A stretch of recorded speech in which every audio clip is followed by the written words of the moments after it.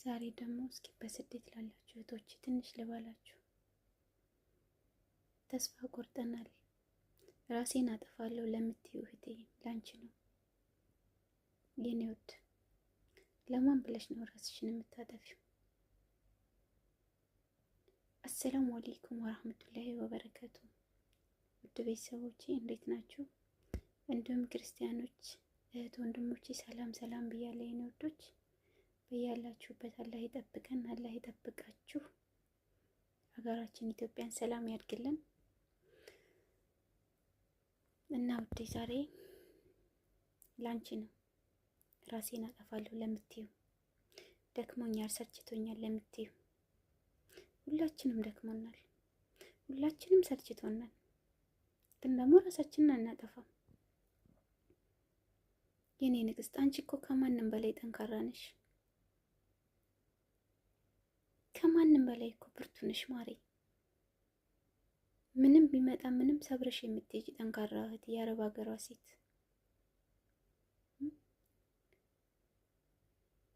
ቢደክምሽም ቢሰለችሽም የኔ ውድ ተስፋ እንዳትቆርጭ። ተስፋ መቁረጥ የለም። እኛ አረብ ሀገር ያለን እንቁዎች እንወድቃለን፣ እንነሳለን። ዛሬ ጭልም ያለብሽ፣ ዛሬ የምትይዥው የምትጨብጪው አተሻላ፣ ነገ ሌላ ቀን ነው። ከዛሬ ጀምረሽ ተነሽ። ረፍዷል የሚባል ነገር የለም። መድፈድ ብሎ ነገር የለም። ከዚች ደቂቃ ከዚች ቅጽበት ለራስሽ መኖር ጀመሪ። ያኔ ራስሽን ትወጂዋለሽ። ያኔ ተስፋ መቁረጥ ይቀራል። ያልደከመው የለም። ግን ደግሞ ለማን ብለሽ ነው ራስሽን የምታጠፊ የኔ ንግስት? ቤቱ ስላልተመቸሽ፣ ምግብ ስለማይሰጡሽ፣ ኢትዮጵያ ያሉት ቤተሰቦች ስላልተረዱሽ ታያቸው።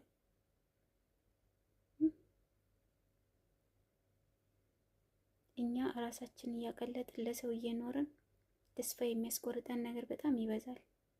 ግን ደግሞ ተስፋ መቁረጥ ብሎ ነገር የለም። ውጣ ውረድ ይኖራል። የህይወት ውጣ ውረድ ማለቂያ የለውም። የህይወት ውጣ ውረድ ይኖራል። ግን ደግሞ መቼም ተስፋ አንቆርጥም፣ መቼም አንወርቅም። ምክንያቱም እኛ በጣም ጠንካራና ዳይመንዶች ነን። ስለዚህ ወርቀን የምንቀር አይደለንም። ብንወርቅም አፈር ልሰን እንነሳለን እንጂ ግን ተስፋ ቆርጫለሁ የምኖርለት የለን፣ ራሴን ላጠፋ ነው። ለራስሽ ነው የምትኖሪው። ለማን ነው የምትኖሪው?